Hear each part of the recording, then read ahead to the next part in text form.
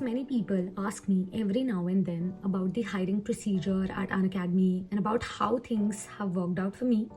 So this video is not going to be very wordy, it's going to be very succinct, but I'll give you every detail in an elucidative manner and the information which is required for you to know and about how things are going to be different for you.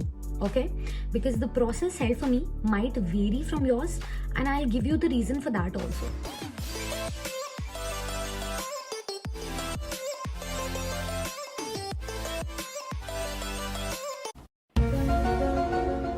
It started when I was reached out by one of the HRs at Unacademy via LinkedIn because my face was already there on YouTube. After scheduling the meeting with her, I was almost convinced that, okay, I'm going to give this company a try for sure. Because, you get eternal optimism, you sense it sometimes from, from an onlooker perspective as well. So, I anyway was intending to expand my horizons and to explore in edtech space itself. Therefore, I decided to make a switch and, I decided to work with them. So whatever they explained made me look at things in a perspective, but there was still residuals left in my mind because you don't get all of it in one go, of course. So in short, half the things were understood by me, whereas half of them left untouched by my brains.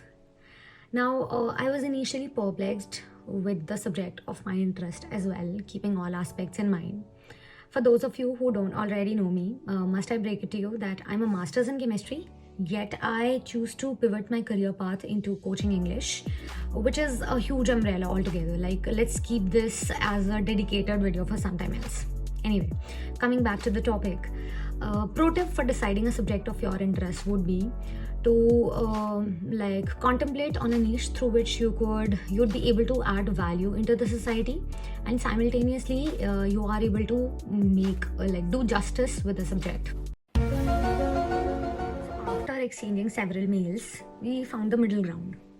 The subject was affirmed, the salary was negotiated, and now speaking of the monetary values, I am obviously not supposed to give you disclose the exact figures, but one thing I can assure you with is that Unacademy pays well, no cap.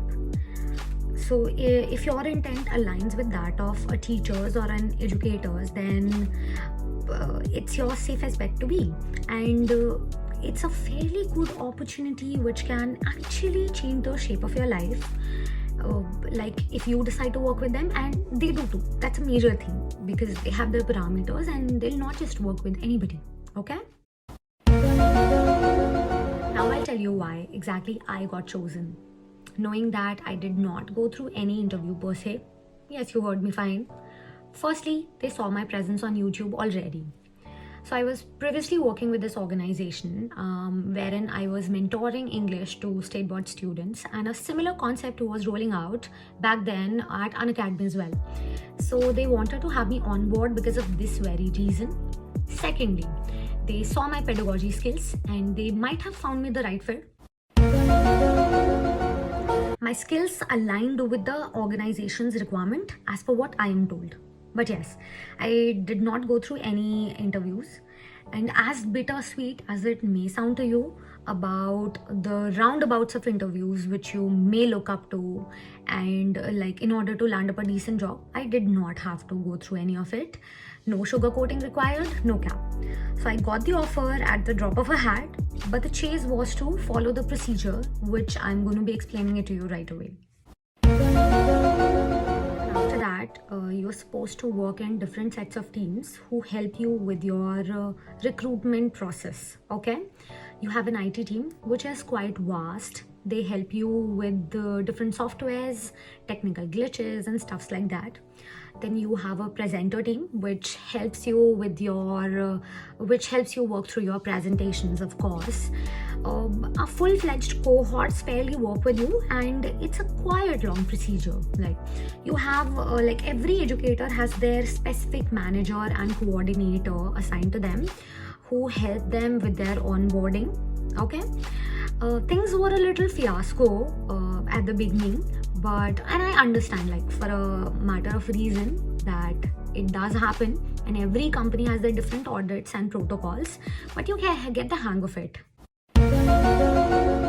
Also, you're supposed to take classes on 2 platforms. One is the YouTube. Those classes are for free, and the other platform is the Unacademy application or their portal or their website per se.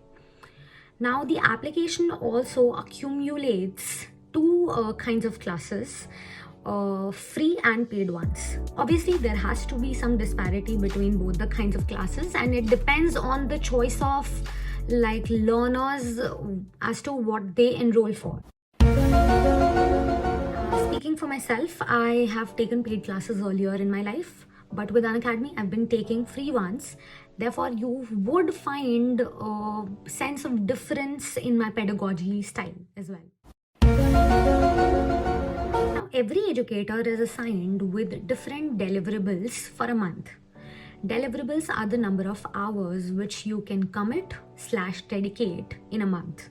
A fair share amount of salary is dependent on those very deliverables. And if the deliverables are not met, then you are supposed to go through some penalty. So to explain to you more about the salary part, what I can possibly help you out with is that the salary is divided into 2 segments. One is your fixed salary and the other is your variable one.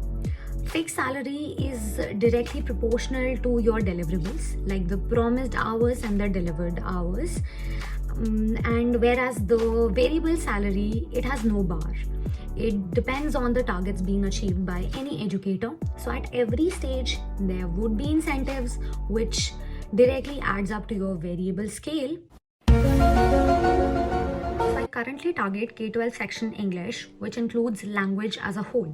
I'm imperative that every educator is hired at a variable pay scale depending on their genre, their target audience, the past experience, their choice of interest, their subject matter expertise, or their social media impact, yada yada. Now, if I talk about the people who I work with on a day-to-day basis, we have targets for the team. There were around 7 to 8 people who were then in the CBSE class 12th team that I was a part of at the nascent stages, and it's been about good 5 months of me working with them, and we are still on expansion. The best is yet to come, of course.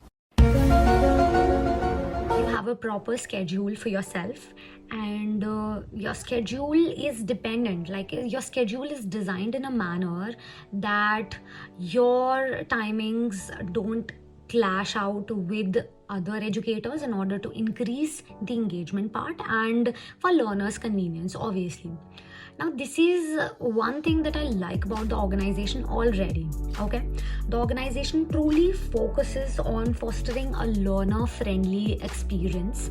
They really care about students and learners' needs and demands. They really try to understand the intent of them, and which is great. I mean, and I'm nowhere promoting Unacademy, truly, completely, and honestly.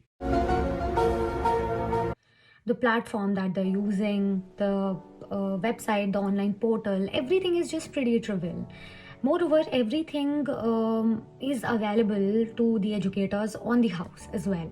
The setup that you work with, the gadgets, the kit, the educator kit, that is, everything is just made available to you at the tip of your mouse button, maybe. And let's just be clear about one thing which I have experienced myself and which has worked in my favor. I'm not sure again about this very thing, but like the things that I've observed vicariously. 2,000 years later. And which is like almost all the educators whom I work with on the platform have some kind of YouTube presence or the other. Like either they do own or possess their YouTube channels, or they are working with some organizations or the other. I mean, this is again one thing which has worked in my support as well. because you know me that I've been into online space for quite many years now, and if anybody like watches my video and watches me teach, they would probably come to terms with the fact that yes, this woman must be an online teacher, an online educator, probably. If you do have a YouTube channel or you do possess some online experience or presence, then good for you. I mean, things are definitely going to give you an edge. Okay, but if you don't have either of these, then I am not really sure as to the process. Okay, but I am affirmed that you can directly contact them if you want to become an educator with them. And I'm also like, I think that you gonna wanna, or you will have to like send them some recordings. Okay, I haven't done my research on the same per se, because this was not just about guiding you through about your procedure. This was more like my experience and my hiring procedure with Unacademy and my story per se. And I definitely hope that you find it to be an informative one. Well, that was my story slash hiring experience. I would love to learn about yours in the comment section. Also, do leave your quests if there are any. I would love to acknowledge them or address them positively. Well, that is pretty much about it for the video. I am obviously not going to get into the technical details because obviously that's not supposed to be done. But yes, do also let me know if you want me to bring videos like such onto the table. I would love to make them for you. Yes, don't forget to like, share and subscribe to the channel Nidhi Arora, and I will probably see you in my next video. Bye bye, take care.